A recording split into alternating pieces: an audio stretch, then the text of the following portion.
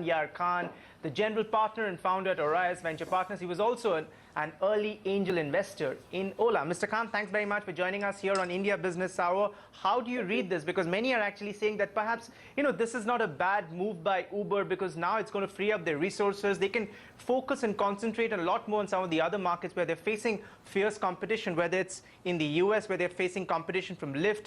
In India, of course, it's Ola or Grab in Southeast Asia. How do you view this move, sir? Well, I think first of all, if are they going to concentrate and put more, burn into India?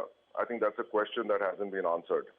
I think to me, this looks like a clear march for Uber towards its IPO. And remember, it's under a lot of pressure to get to that IPO because it recently raised money at a $68 billion valuation, right? So for it to produce healthy IPO numbers, it'll have to go and raise at least at $100 billion valuation. And to do that, it'll have to show a lot of profits, right?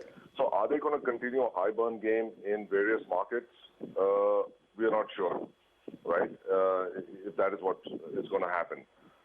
You're right, it does free up resources for them to put into various markets and fight those battles.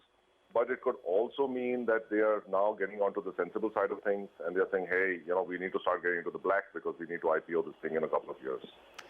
So Rehan, to take that point forward, if Uber is getting into the sensible game now, looking at an IPO and better financials, what signal does that give with respect to its thinking and strategy as far as operations in India go? I think it's going to get out of the, it has to get out of the burn game over here. So that's a good thing for the industry. Well, Rehan, while the idea of a shared economy is, of course, very, very attractive, but questions have been raised, not today, but, but from the time Uber has been in existence over the sustainability of the business, considering the kind of fares they offer. Do you think, it's going to, we'll see those voices getting louder, especially those who've been saying and who've been questioning as to how sustainable the business model is in the long run? Exactly. So I think that's exactly what we saw happen in China, right? They've gone into extremely unsensible, unsustainable territory. They seem to have gone into unsustainable, unsensible territory here in India. We haven't seen too many innovations from them in India. They've just been driving down prices. So I think at some point, these black holes have to be covered up. The investors have been putting a lot of pressure on them, saying, hey, what are you guys doing?